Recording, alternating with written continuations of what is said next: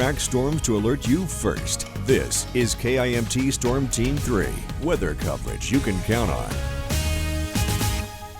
KIMT Storm Team 3 meteorologist Sara Knox joining us now. We were just kind of remarking in one of the commercial breaks, you can just barely kind of see something coming in there through Mason City, just barely starting. Yeah, the live eye in Mason City is showing, like you said, what is headed our way. It is difficult to see though, no doubt. It's still fair ways beyond the horizon there, but it is definitely coming our way, and Mason City, probably one of the best cameras that we'll have to watch it roll on in, because Mason City, Cerro Gordo County, falling under a winter storm warning. That is upgraded just before we started here at the 4 o'clock newscast. And you can see a couple counties joining Cerro Gordo County there, including Kossuth, Winnebago, Hancock, and Worth County there under this winter storm warning. And that will be in effect midnight tonight all the way until 6 a.m.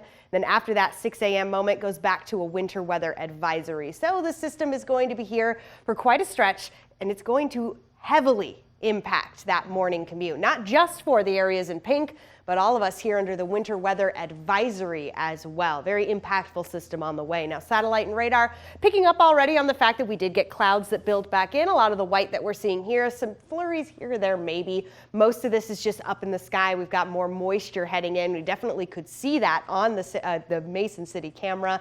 It is 31 degrees in Rochester, 33 in Mason City, so just a degree above that freezing point. You definitely know that it is a little bit more of this moisture coming back our way because we're significantly warmer than where we were this time just yesterday. Check out Albert Lee, a 13-degree increase, 16 degrees in Owatonna, currently sitting at 34. These temperatures are going to make things complicated here as we do get into the evening because they're going to be falling below the freezing point, but then staying pretty steady right around that 30-degree mark across the area, which means that we could see a lot of this snow turn a little bit into ice very quickly.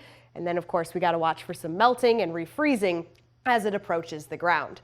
So satellite and radar here, a little zoomed out, definitely picking up on what we saw on the Mason City camera. It is pretty far away, but starting to make its way into Iowa already as mainly rain and a wintry mix. But soon as these temperatures do drop below that freezing point, just a few degrees, we'll be turning into snow. So fast forwarding into tonight, here we are around 9 p.m., finally beginning to hit the area, starting with places like Forest City, Mason City, and then it just continues to move in from there. Here we are midnight, getting closer to places like Rochester, Preston, already in Austin, Albert Lee, a little bit of pink embedded in there. That's where those temperatures come into play. We could see that wintry mix kind of within this snowfall, turning all into snow as we get into early morning on Friday and lasting all through the morning commute, not really leaving the area until we get to about midday. This is around 12 o'clock tomorrow on Friday. So you can see it is going to be something that we are dealing with throughout the entirety of the Friday morning commute.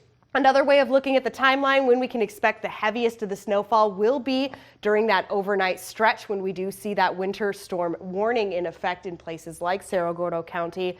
And then, of course, the snow starts to move away as we get closer to noon. Still, the most likely scenario is around that 3 to 5 inch mark. However, further south, we start to see more of that snowfall, and a general snowfall total map comes out just about like this. Places like Mason City and Forest City could be seen closer to that 6+ inch mark. And places like Charles City, maybe a little more of the ice mixed in there. So a messy system, no doubt. And here on the 7-day forecast, where the weekend is always in view, we can clearly see that those temperatures still flirting around that 30-degree mark. Even as we come into the weekend, we still see a small chance for a little bit of that rain-snow mix.